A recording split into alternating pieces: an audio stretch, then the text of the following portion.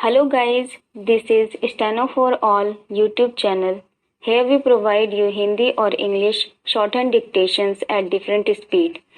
Today I am going to provide you English dictation at the speed of 80 which will help you in various Steno skill tests. Get ready for 80 word per minute shorthand dictation.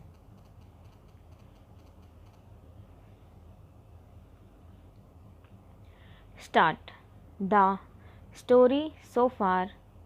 In March, the Central Board of Trustees CBT of the Employees Provident Fund Organization EPFO had recommended an 8.5% interest payout to members for financial year 20.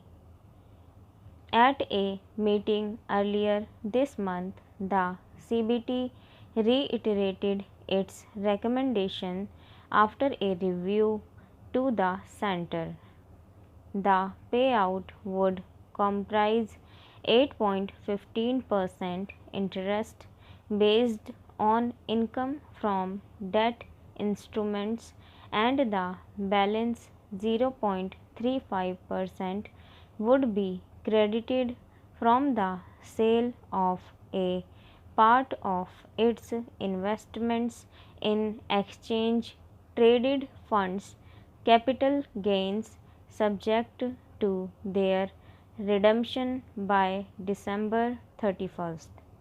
The CBT also recommended that such capital gains be accounted for as income on an exceptional basis for 2019-20.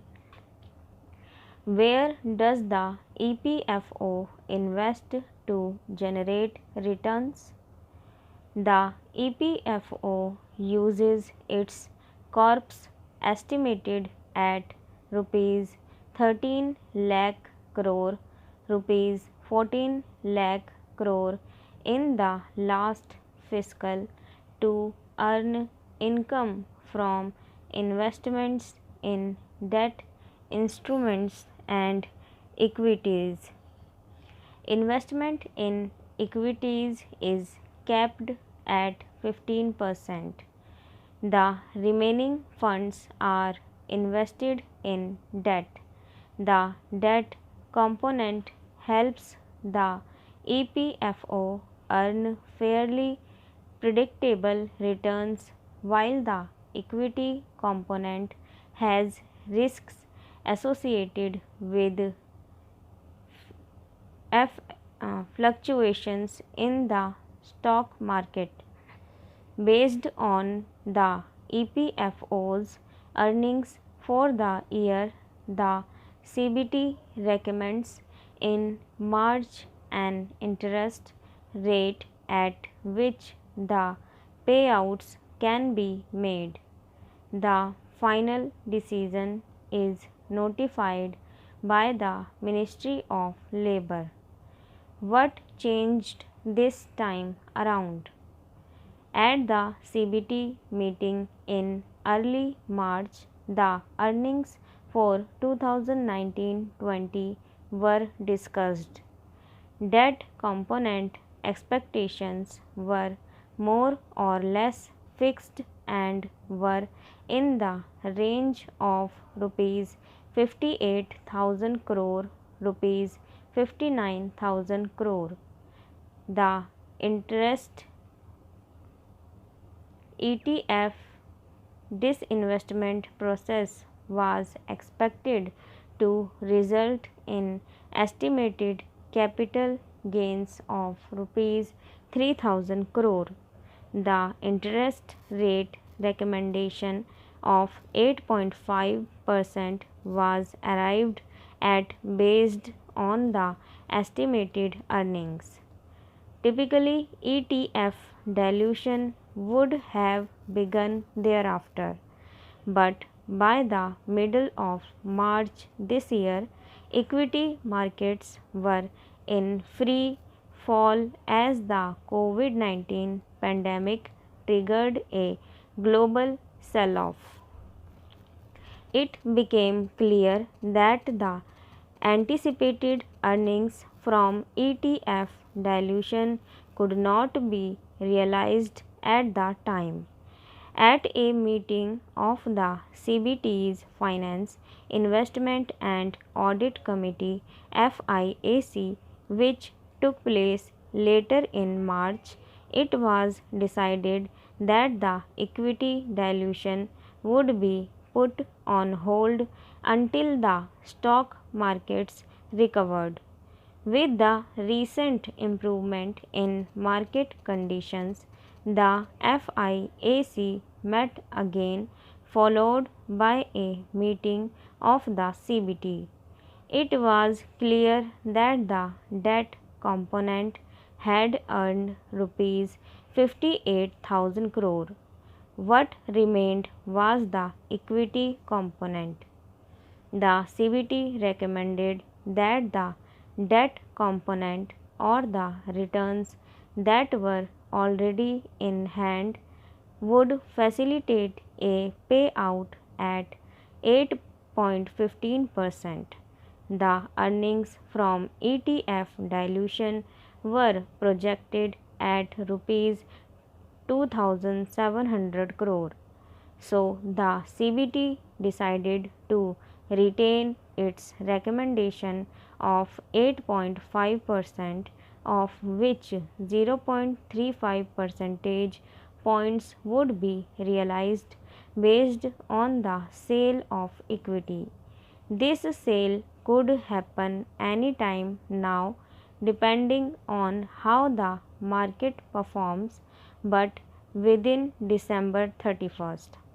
Once the dilution takes place and it becomes clear that returns were indeed as anticipated, the CBT would convey the same to the Labour Ministry and from there on to the Finance Ministry.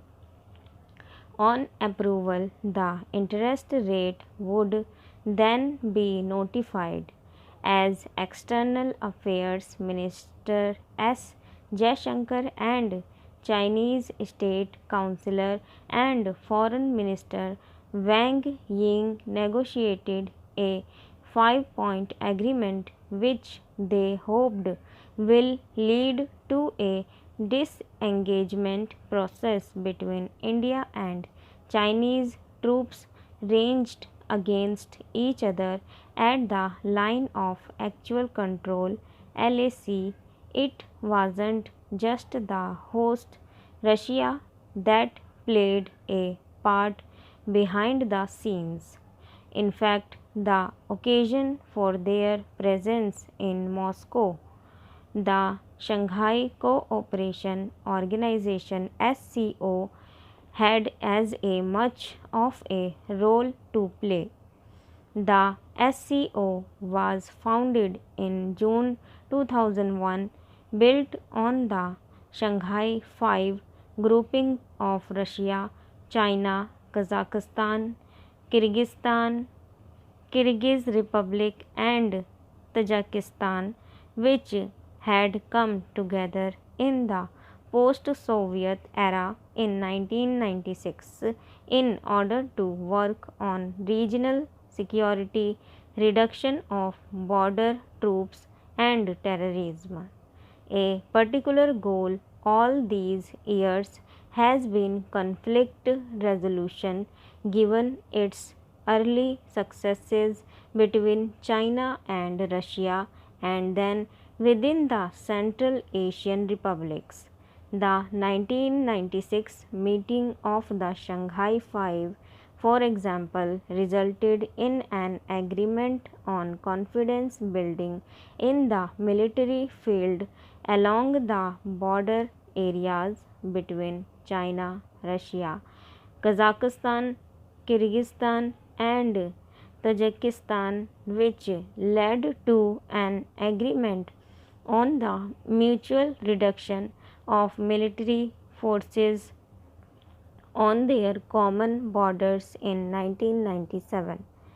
Subsequently, it helped push the Central Asian countries to resolve some of their boundary disputes as well.